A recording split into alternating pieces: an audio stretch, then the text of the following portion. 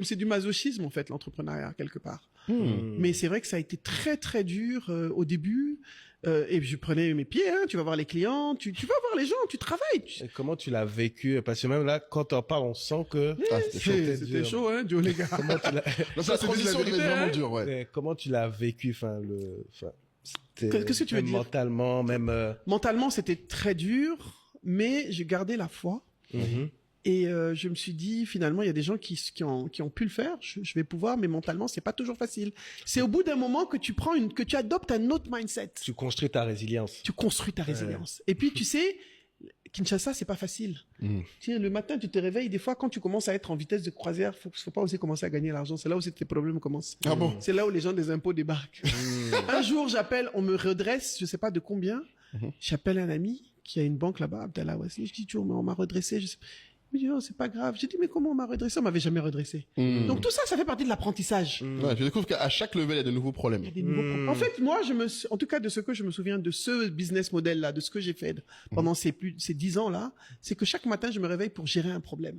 Mais je le gère avec positivité. Au début, c'était dur, mais après, j'ai compris que c'était ça. Il fallait que j'accepte. Des fois, tu es là, Joe, le vin arrive, tu n'as même pas l'argent pour payer tes salaires. Les gens ne savent pas ce qu'on vit, hein. Bien sûr. Tu es sapé comme ça, tu viens, tu parles ici, on pense que tu as l'argent. Joe, tu es là. Tu as de l'argent, mais chez les clients, hein. C'est pas que tu n'en as pas. Les clients ont ton argent, tu es là, tu es riche en créance, client. En créance. C'est ça Tu n'as que des factures. Tu n'as que des factures. Tu as de l'argent, donc quand tu fais le point, tu as des millions dehors.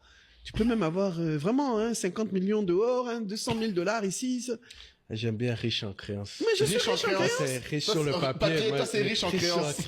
Moi, je suis riche en créance client. Bon, même là, clients qui me doivent, donc penser à moi. Je vous fais des beaux sourires. C'est le moment. C'est l'instant. Donc, on est riche en créance et puis on a quand même des choses et personne te prête d'argent. Une fois, je suis allé voir un banquier, je me rappelle une banque. On peut vous faire un prêt de 10 000. J'ai dit, je vais aller avec 10 000 $. Laissez-moi, j'ai pas besoin de ça, j'ai besoin d'argent.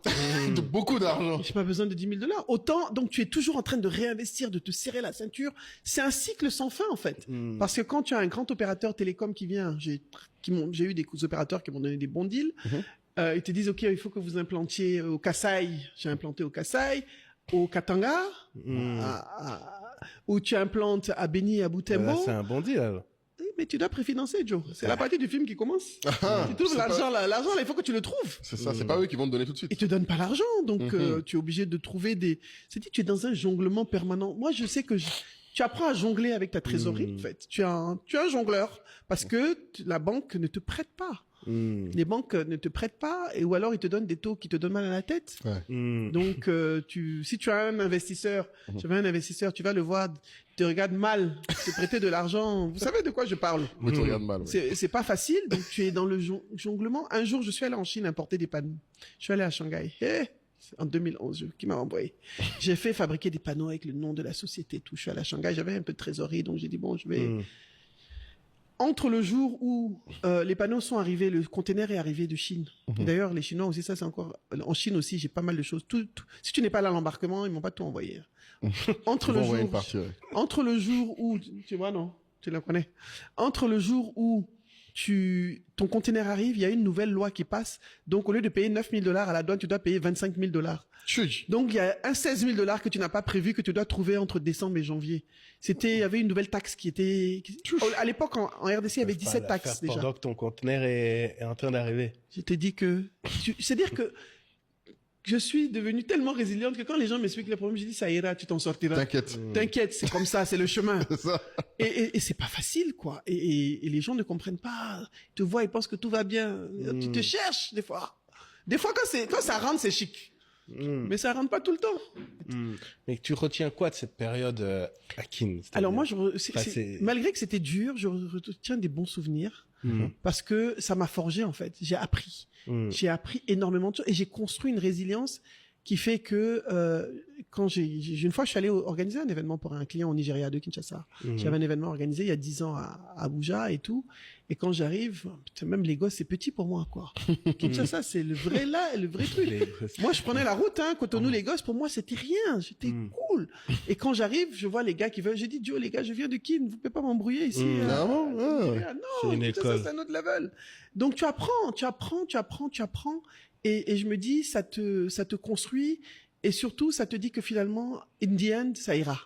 C'est ce que j'apprends, c'est que on finit toujours par s'en sortir, mais il faut être persistant et persévérant. Le truc, c'est que faut pas laisser tomber sur la route, quoi. Il faut pas laisser tomber sur la route. Si tu veux quelque chose, c'est ça que je dis. Je vois des entrepreneurs. Le jour, j'ai une entrepreneur qui faisait des jus, qui pendant le Covid, pendant 3 mois, elle a fait un événement. Elle a essayé de faire un événement. Il y avait 2 personnes inscrites. Elle dit qu'elle l'abandonne. Je dis waouh.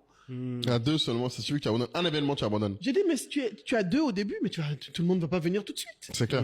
Tu l'as vu, tu as créé Adicom, c'est pas tout de suite que tout le monde est venu. C'est quelque chose que tu construis avec le temps.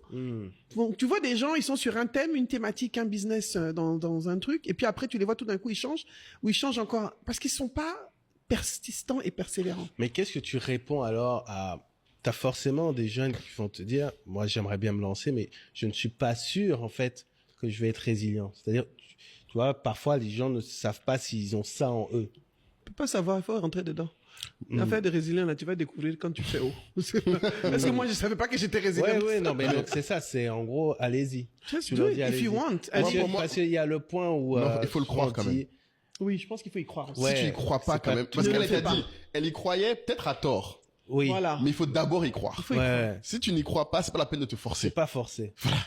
J'aime bien le mot, c'est pas forcé, parce que j'ai l'impression qu'aujourd'hui, les gens font de l'entrepreneuriat pour faire de l'entrepreneuriat. Il y a un narratif qui dit que c'est que l'entrepreneuriat qui va nous permettre de gérer des emplois jeunes, ou de donner du travail à la jeunesse, mais c'est pas forcé. Pas forcé.